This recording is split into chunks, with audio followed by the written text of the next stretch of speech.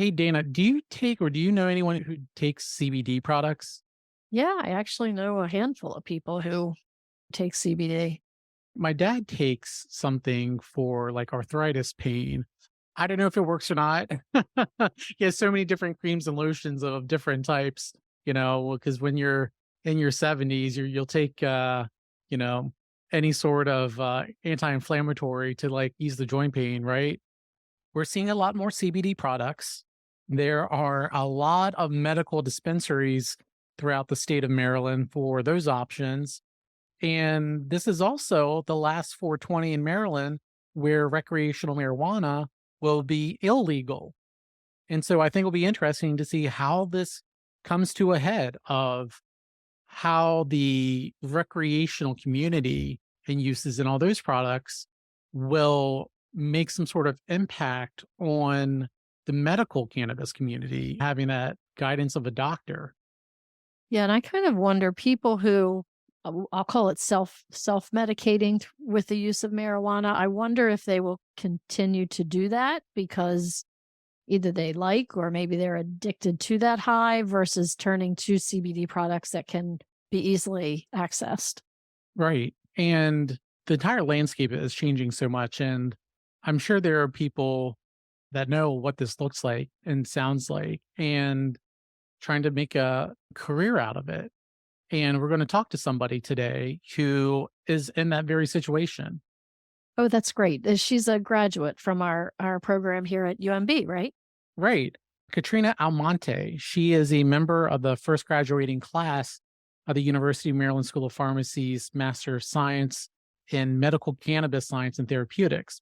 She graduated back in 2021, and she's now a doctoral student at the Chicago School of Psychology at their DC campus, which she'll tell us more about in the episode. But it's interesting, as you'll hear from her in a little bit, about that kind of push pull of knowing the industry is opening up to the legalization, but that's not for everybody. And even herself, as she shares. Yeah, I think I'm excited to talk to her just because I've wondered for so long since this program's been around, like, what do people actually graduate and do with a degree in this? So, yeah, let's open that conversation. And Catrena, she's not a regulatory expert, but she can kind of talk about a little bit of what impacts her, where she's at right now. But we've had that conversation about the legal part of it, the public health part of it, of the legalization of marijuana in Maryland, and then the medicinal training here at UMB during a virtual face-to-face with Provost Roger Ward back at the end of March. Yeah, yeah. Be sure to tune in and listen. Absolutely. And we'll put a link to the YouTube video in our show notes. You can rewatch that. Without further ado, let's listen to Catrena Almonte and her journey with medical cannabis. You're listening to the heartbeat of the University of Maryland, Baltimore, the UMB Pulse.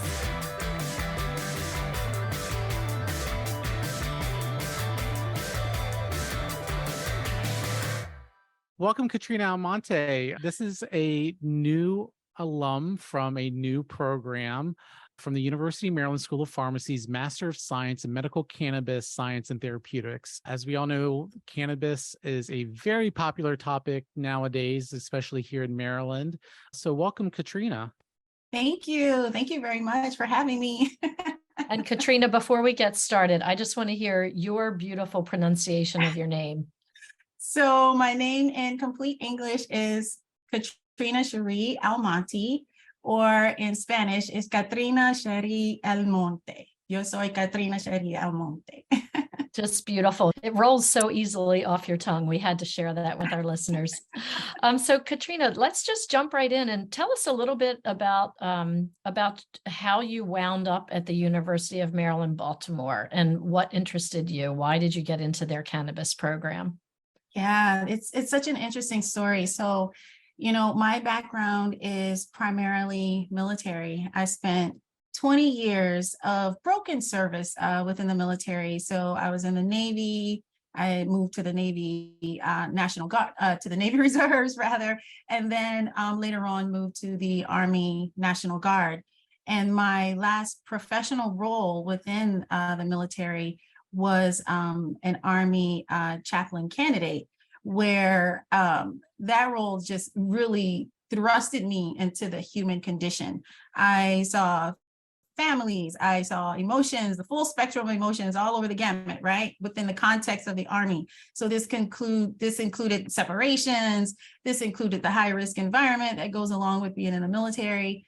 And through that, seeing soldiers sort of entering different developmental stages in their life. So some of them were entering the military, some of them were leaving the military, but also like their personal journeys as well. Some of them were entering into marriages, some of them were leaving out of marriages, some of them were separating from one unit to another. And all of these sorts of changes create external pressures and stressors that we have to deal with. And being a part of the chaplain corps, we are the first stop when individuals are being faced with stress, because there's not too much of a stigma that is associated with seeing a chaplain. I learned later on that when you're looking at the human condition, you must fully consider mental health, absolutely. And within my role, I saw that more people needed to see mental health providers, number one. I also saw lots of substance use and abuse, number two. And number three, which probably should have been number one, I saw a lot of post-traumatic stress conditions happening over and over and over again. And seeing this over and over again, I felt inept as a chaplain candidate because my toolkit would not allow me to even begin to touch the sort of biological underpinnings that go along with the condition, the neurological underpinnings, the neurobiology of PTSD.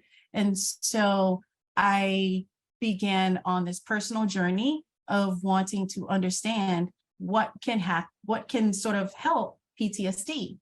And I found cannabis. I found cannabis over and over. Every study, it performed well against pain, it's insomnia, all of these different conditions, stress and anxiety. And then it started to shift, how do I incorporate this into a zero tolerance military? Well, it doesn't fit. So I had to make sort of my own sort of independent decision. How am I going to move forward? What am I going to do? Am I going to continue to stay in this place where I felt inept, where I felt like I was not the full servant that I needed to be? Because again, I'm a chaplain. I look at work like this as sort of servanthood. So am I really living up to my potential, or do I need to pivot in order to become a better servant to the work that I was doing and to the people that I was called to serve? And that sort of began my sort of personal interest into like a professional sort of interest. And that's when I bumped into the University of Maryland School of Pharmacy and this cannabis science and therapeutics program. So I'm like reading my laptop, looking at this school that's brand new and looking up into the heavens and reading the laptop and looking up into the heavens, wondering when are the angels going to start singing, because it was such a great pairing. It was such a divine moment for me. And so this began sort of my footsteps to start moving in this direction. And I applied and I got in. Yay. I got in. So once you got in, what were you hoping to learn, and what did you learn just on kind of like a top level of the medical cannabis industry? Yeah, so I have to sort of preface the response to this question, because I had so much misgivings and so much nervousness going into the program, because it was a master's of science. Like, what? I didn't have a lot of science in my background. And I'm like, oh my gosh, they're going to be throwing formulas at me. And I don't know what I'm going to do, but I have to learn this. I have to get this information in my head by all means, what is it? By all means necessary, whatever the slogan is. Yeah. So I knew that this was the right thing. So I just sort of had to sort of unpack those sort of fears and just roll with it and go through it. There was no going around it or anything. I just moved through it. And once I started, like, I can't even begin to tell you guys how much I like the program, right? Because it's so well thought out as well. The professors take people like me in mind that don't have a lot of science in our background, but have a passion that sort of want to learn cannabis in all these varying ways, because we want to go out there and we want to make the world a better place, utilizing cannabinoids if necessary. Listen, it's not necessary in every different situation, but it's certainly relevant, and it should be a consideration. So once I joined the program, my knowledge, it started from a very fundamental level and learning about human anatomy and understanding the endocannabinoid system, and then understanding how exogenous cannabinoids can pair with that and work synergistically with the body. It sort of the information, while salient, it just came together in this very easily digestible way. And the professors, like, their personalities are so great. They'll work with you. You have a question, you can just reach out to them. So they're very flexible, very understanding. So it just worked well, particularly for my my schedule as well, because at the time it was asynchronous. What was your bachelor's degree in? So I have two bachelors, Oh. one in psychology and the other one in theology, which was sort of the prerequisite in order to be a chaplain candidate. Okay. Well, there's quite a bit of science in psychology. I know, with the amount of and math too, right? Surprisingly, there are a lot of math and Mhm. psychology, because that was a stumbling block for a few of my friends who wanted to become psych majors. They're like, I didn't know there was math involved in this. So you mentioned the professors. Was there any one professor in particular who really influenced you or helped you chart the course of your study? Oh my gosh. So, all right. So, uh, Dr. Coop, who is, so when I first met Dr. Coop, right? I met him, he was on our platform at our symposium, and he's wearing this little bow tie. And for some reason, the bow tie made me think, oh my God, he's so hard. Why, like what? I bet he's such a hard professor. He's the one that's teaching chemistry, and he has like this small little bow tie. I bet his classes are going to be really hard, and he's going to be throwing formulas and probably won't have any empathy. But he was so sweet and so kind, and all of his lectures were so easy. I didn't have to keep going back over the same things and reading and rereading. He just made things so easily digestible. His personality is so kind and so accommodating. I've gotten numerous letters of recommendation from him, and he's always been completely flexible and open, and he just really cares for your learning experience. And so he was very, very pivotal. I also, Dean Eddington, how can you not love her, right? So she is like, oh my gosh, she's such an educated academic professional. And so because I'm in academia, like I aspire to be at like this level of education. I don't know if I will become dean. I don't know if that's my career trajectory or anything, but boy, she served as representation for me during my time at the University of Maryland School of Pharmacy. So those are two distinct individuals that really stick out in my mind.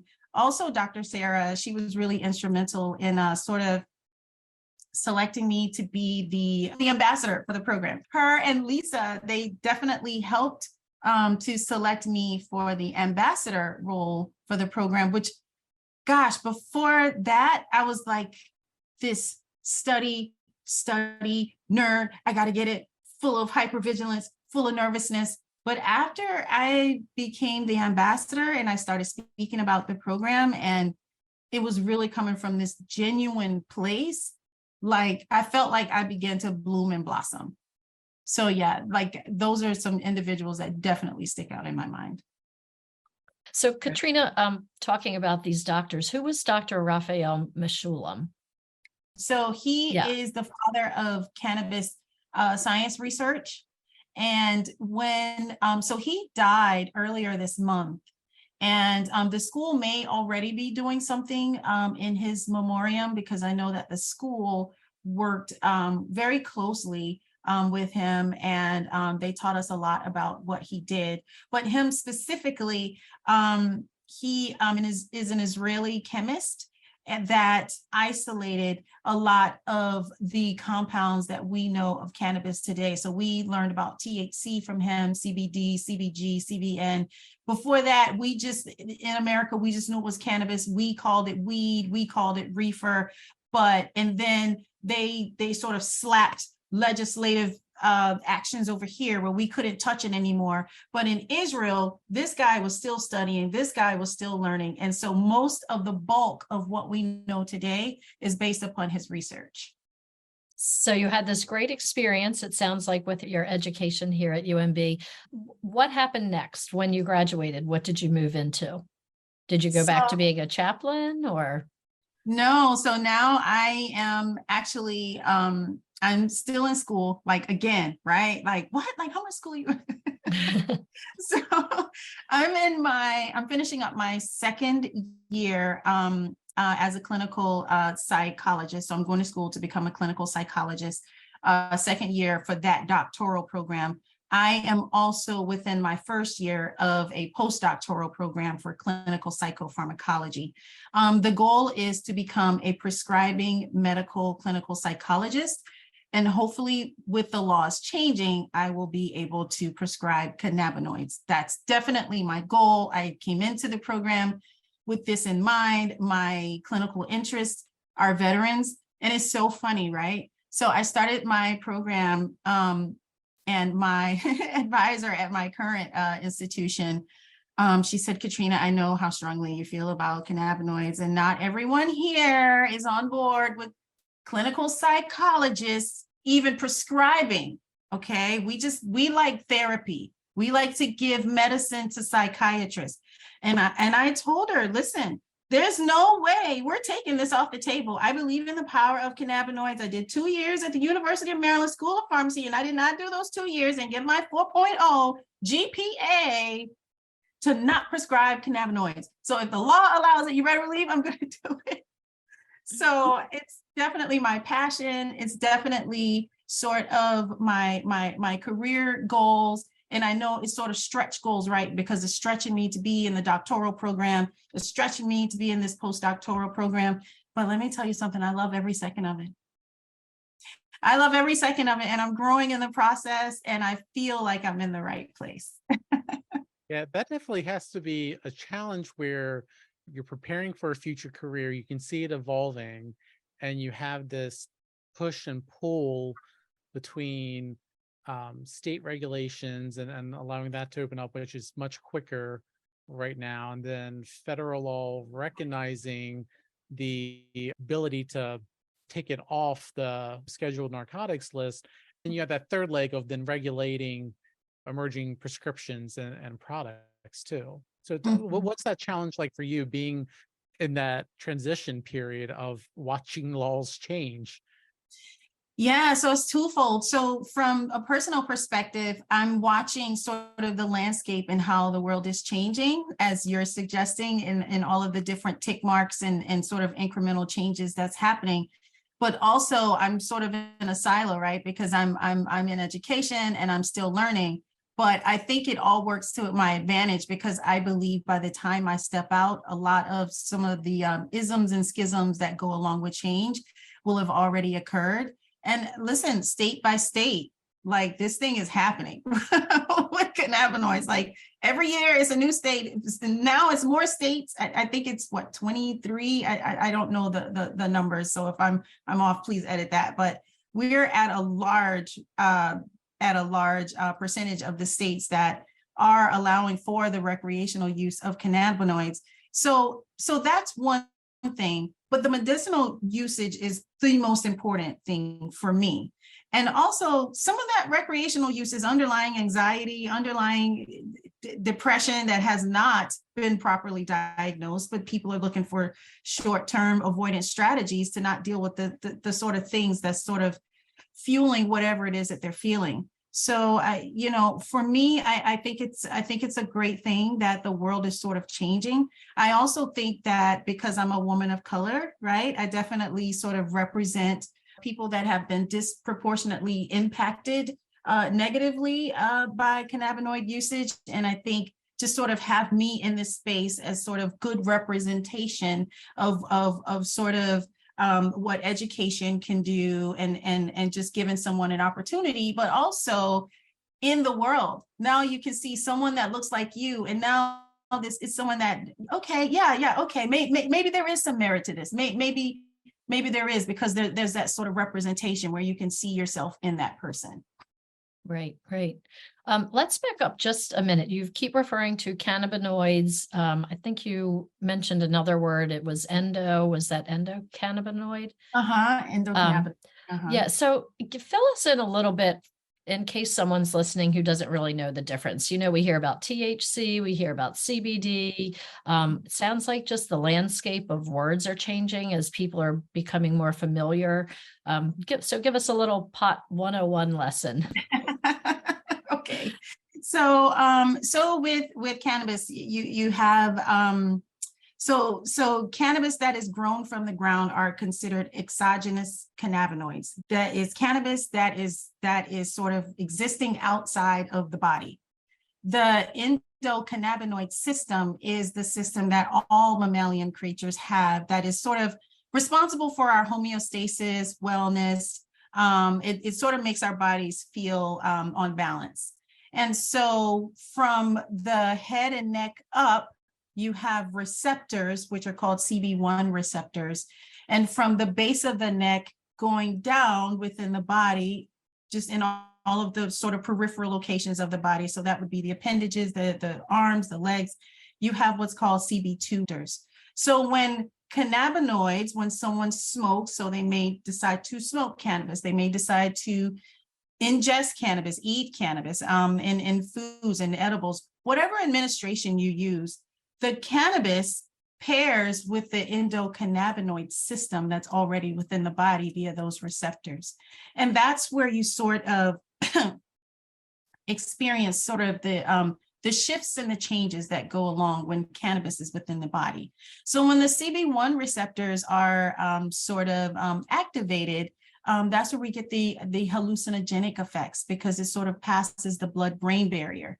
And then the CB2 receptors, and this is, and I know I hate to oversimplify this, but this is the most simplistic sort of pot 101 lesson, because there's a myriad of factors. Now they're growing all sorts of things. They're splicing, they're cooking, they're doing all sorts of things. But this is just a very rudimentary sort of explanation.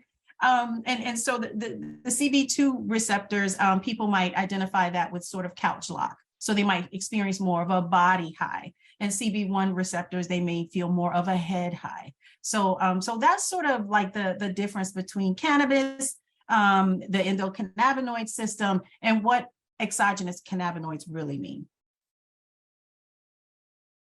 Great. Yeah. Thanks for the lesson. And there's so many products out there, and going back to what you said, you were right with the number of 23. It's actually 21 states plus DC and Guam have legalized recreational marijuana. And even with that, I think all but a few states have either marijuana or a form of cannabis legalized, whether it's medicinal or in a form of CBD. All states except for, I think, 4. So it's kind of amazing when you look at that, right? And so if now someone's like educated, let's say, some of us might be squares and may not have done a lot of it or any of it, or maybe once, and think, hey, the market, the market is opening up. It's legalized where I'm at. Maybe I want to try something, whether it's an edible or a gummy or something. But people have medical conditions, and they may be taking prescription drugs for like blood pressure or something. Just very basically, what are some maybe basic or common medical conditions or common basic prescriptions that someone might be taking where it's like, oh, you may want to reconsider taking this? Yeah. So, excuse me. So I guess one of the first things that people should know with cannabis is that it is biphasic in nature, meaning that if it's not titrated properly, if you're not taking the right administration and the correct amount in terms of dosing, you may get a very different result. So an example might be someone may decide to smoke because they're anxious.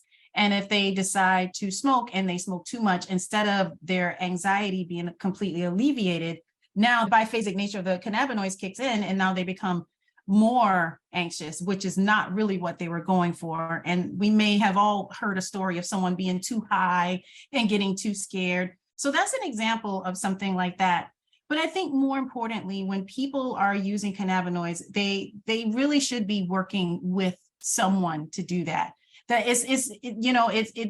I understand we have Tylenol on the shelf. There's even dosing on the side of Tylenol. And if you take too much of that, that can become problematic to various organs within the body. So it's one of those sort of medications, because it's a medication. I understand it's a plant, but it's a medication, and there should definitely be an entire modality around the entire experience with cannabis, from determining if you're even cannabis competent enough to even use that. Should you be using that? So yeah, you might have pain, but what if you're taking something and it's a contraindication to cannabinoids? Then what? Now you're just burning up your receptors. Like, no, you should be working with a clinician that can definitely help you. Independently, cannabis performs well against pain, against insomnia, against cachexia, which is the condition, the wasting away syndrome. As a matter of fact, my mother 2 years ago was diagnosed with throat cancer. She beat the throat cancer and developed cachexia. And she was extremely thin. And the physician that she was working with had recommended a feeding tube. And she did that for a little while. But then she actually started using cannabinoids and got her doctor's permission. She spoke with her doctor. I spoke with her doctor. I told him my background. He understood all of that. And we worked together to create a modality. And now she is much better. She's much healthier. You can't even tell that she went through what she went through. So I know that people think, well, I'll just smoke this joint and go to bed. Okay, well, you do that. But how much better would you be if you were not using substances to sort of in an avoidance sort of way to get away from those underlying issues, but rather you faced your issues. And if you decide to use cannabinoids recreationally, hey, and you're in a state, then go for it.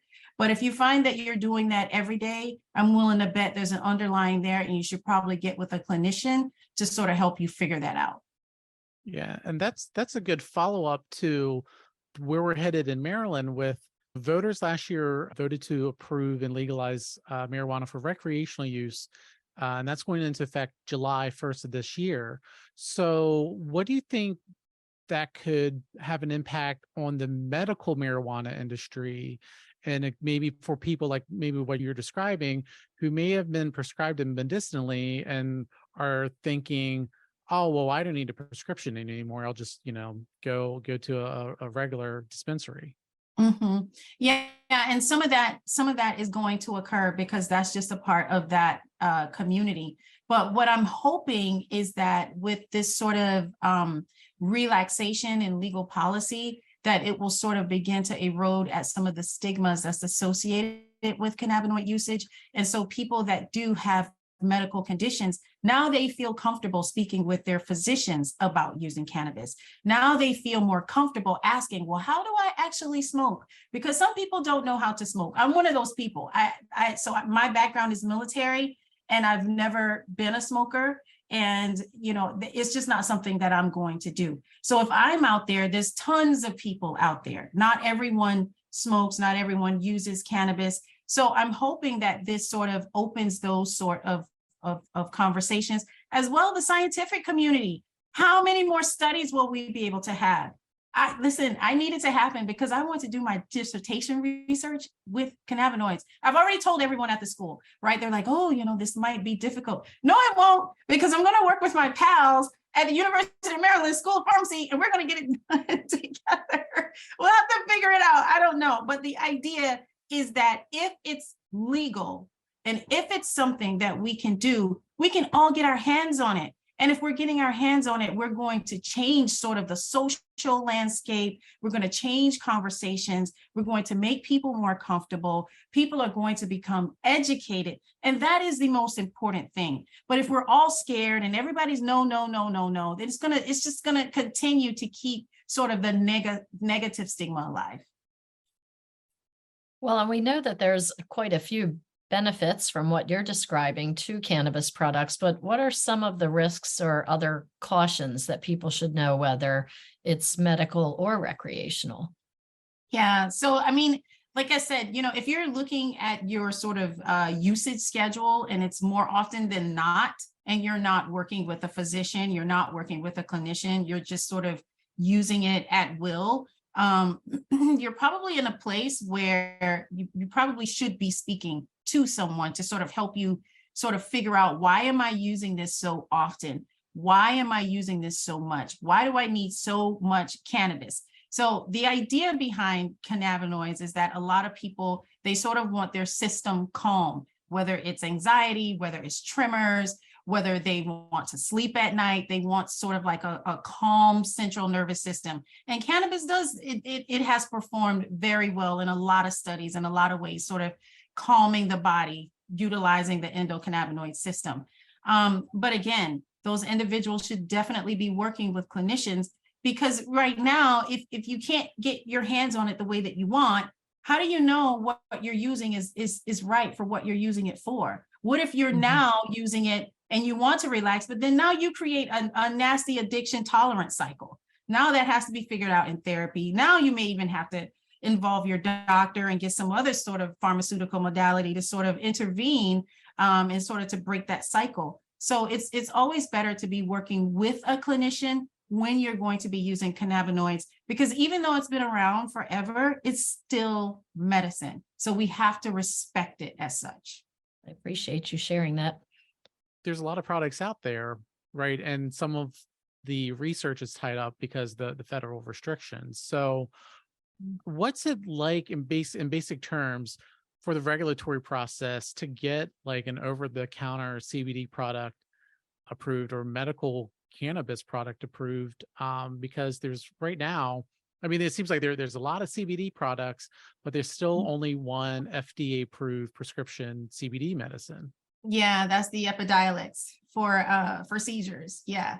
So I can't speak specifically to all of the various sort of stages and phases that that an independent medication would go through for FDA approval. What I can say is what we have right now is the Epidiolex for epilepsy.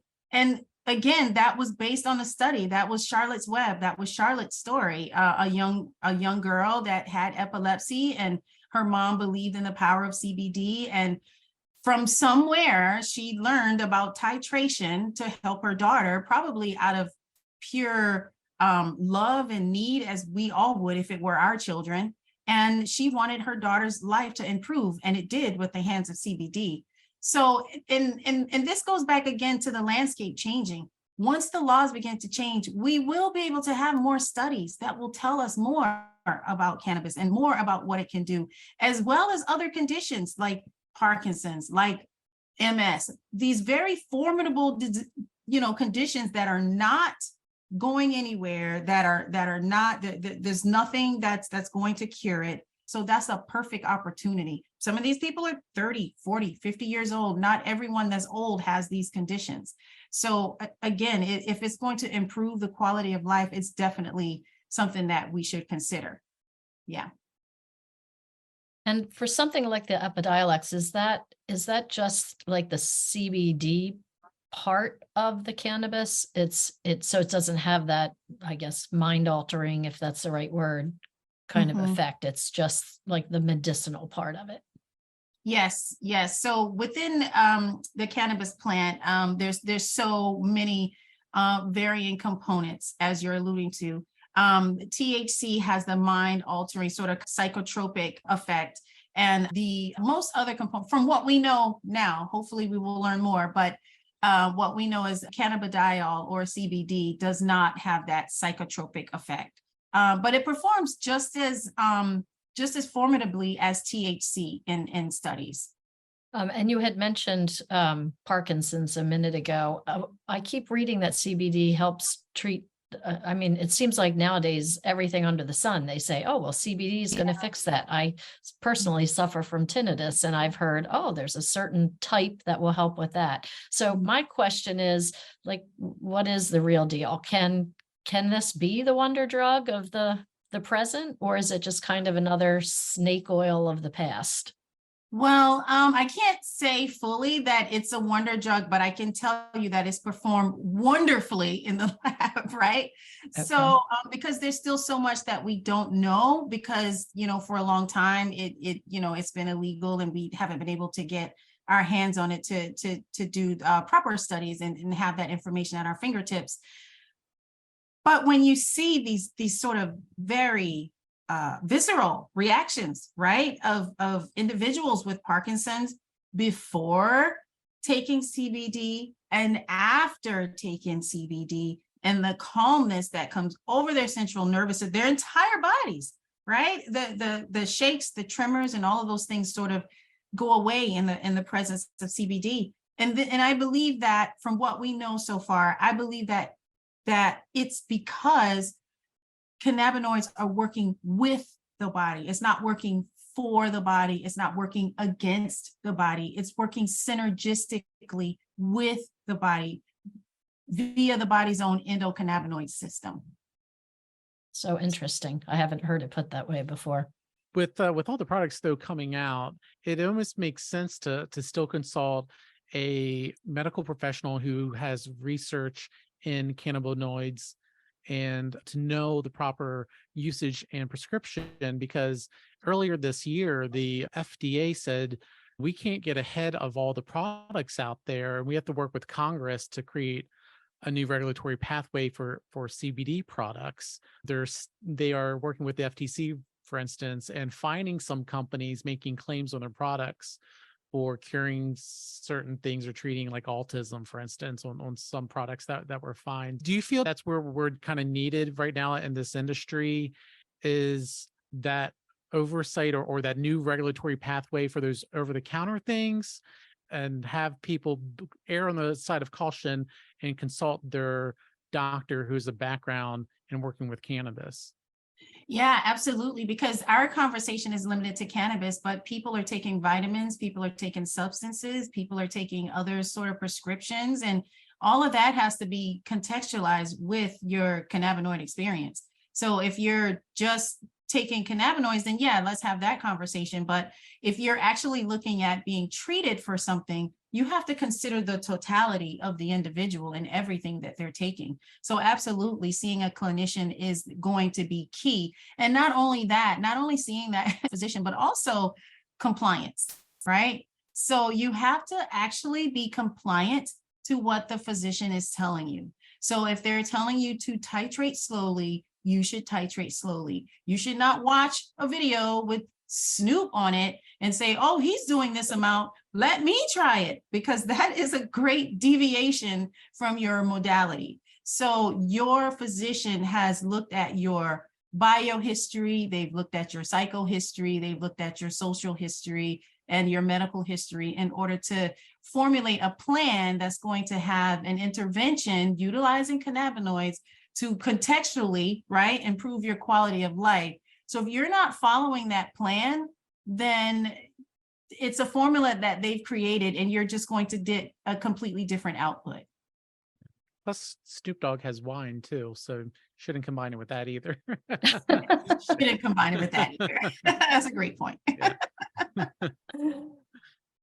As a researcher and a therapeutic advocate, what kind of advice would you give to students or maybe professionals like you who are like, career change and life change pivoting, what advice would you give to them as they try to figure out if this type of program is right for them and what their future could be? That's an interesting question because I faced a lot of personal backlash when I walked away from the chaplaincy. Some of my colleagues felt like, and I'm sort of contextualizing this with the Christian faith, that I was walking away from the Lord, which I don't believe that to be true, but because I know in my heart that this is servanthood and I want to help people. And so for anyone that is thinking about coming into this space, you may experience backlash. You may, and it may be surprising. It may be jealousy. Who knows? People experience all sorts of emotions. But I think for the individual, you have to sort of have your own esteem and worth and confidence sort of in check and sort of know this is what I want to do. This is where I want to be. This is how my talents and gifts can be best utilized. And this is the space where I'm going to develop and place my all, and I want to stretch and grow in this space. So, you have to sort of know within yourself that this is what I want to do. And also cannabis has its own reputation, right? You have to sort of wear that backpack. I got this from people that personally know me. Oh, well, you're getting a weed degree and you don't even use it, Catrena. I'm like, well, first of all, it's important that it be utilized in the right capacity. So no, I'm not going to light and smoke with you because I just don't have a passion to do it recreationally. But I do have a sleep disorder and I will titrate and use it for that. So it is something that that the independent person has to sort of make up their minds and be willing to stand in that and stand strong too. It's interesting you bring that up because Dan and I were talking as we were prepping for the episode. You're not a regulatory expert as far as like making the laws and everything, but think about how quickly everything has to come together to legalize something and provide all the guardrails for just about anything in less than a year's time. Mm-hmm. Whereas you've had centuries of alcohol laws going one way or the other, and tobacco, and how when I was a kid, there were tobacco vending machines everywhere and anyone could just get cigarettes out of there. And they were like, you know what, we're not doing that anymore. Or, there was a time when a kid under 18 could go into the gas station and get cigarettes for their parents and just say it's for my parents. And for that happening in my family, to where now, last summer, I walked down Congress Avenue in Austin, Texas, and in the middle of the sidewalk, there is a vending machine with CBD products, maybe some THC products, but it had an electronic device to it where you could essentially, I think it was like a live video with the vendor or someone to show your ID to verify your age and everything. But even that, just like in the middle of walking down the street, I was like, oh, it's kind of like we're going back in time a little bit, but it also feels a little bit like the wild, wild west. And I'm just wondering if you're kind of seeing the same thing or not. Well, I have not seen that, but I did hear of the vending machine sort of concept with companies having cannabinoids being dispensed in that way. But my understanding was that they were partnered with physicians and the physicians were sending their patients, and those vending machines had patient data in there. So the vending machine was sort of acting as a pharmacist instead of the individual acting on their own accord. So I haven't seen it from that perspective, but also to your point, yeah, so when, back in the day, right, when we were able to get cigarettes that way, we also saw more cases with people with is this a tracheotomy where they have to put right. Yeah, we saw more cases like that as well when people were sort of doing things on their own accord. So people are going to do what they're going to do, whether they walk into a dispensary and get what's available right now, or if the laws change in 10 years and they allow all sorts of things on the market. it's still going to be best to work with a physician, because they're sort of looking at your life, and they're looking at your history in order to make the right decision for you. And so who knows what's in that machine? Who knows, it's just so many variable. You don't know what's in it, how it was utilized, whether it was checked, or who's looking at it. The idea is a little bit scary to me. Well, and you're also not looking at what you're combining it with. I mean, I think anytime a doctor puts you on any medication, you have to look at what your table of medicines are to be sure that they're not going to interact in a negative way. So this is just another example of that, looking at the whole picture. So tell us how we can connect with you, Catrena, in terms of just better understanding. Do you have any products that you sell, or books or blogs that we could tune into? Absolutely. So you can find everything on my website, which is www.catrenaalmonte.com or www.catrenaalmonte.com. And there you'll see sort of my bio. It sort of references my time when I was at the University of Maryland School of Pharmacy. You can actually see some of my work on that website as well. My lab coats are there. I know a lot of students that go to the program are interested in the lab coats. Now, it's one of those sorts of things. So typically pharmacists and physicians wear lab coats. And the story with my lab coat sort of started after I had received the ambassador role. And I was so proud and so happy with the program that I created my own logo, and I wanted to put it on a lab coat. And I had some professional pictures taken. And once I did that, it created this phenomenal business opportunity. And so many individuals that are moving into this space may not decide to go on and become a physician. They may not decide to become a pharmacist, but because the cannabis landscape is changing, as we keep mentioning, there will be opportunities to do interviews, to go to conferences, and you may want to be able to sort of establish yourself from other individuals. And a lab coat with the sort of cannabis logo is a great way to do that.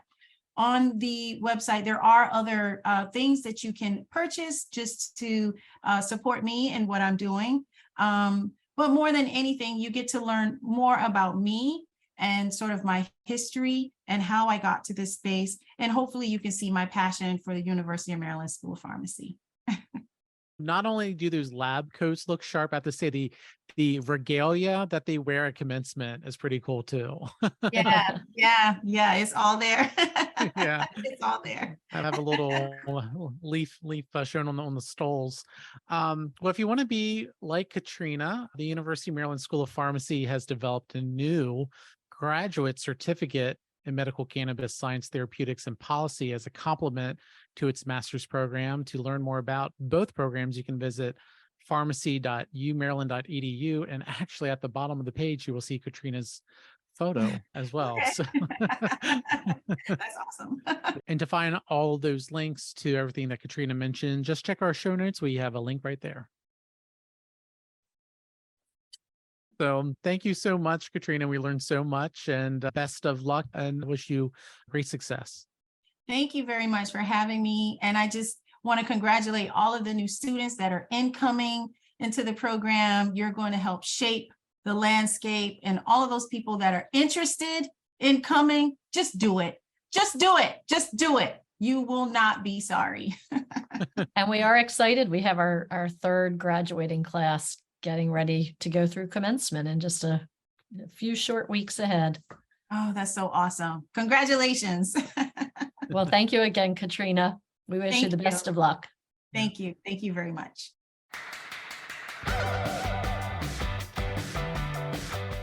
The UMB Pulse with Charles Chalet and Dana Rampolla is a UMB Office of Communications and Public Affairs production. Edited by Charles Chalet, marketing by Dana Rampolla.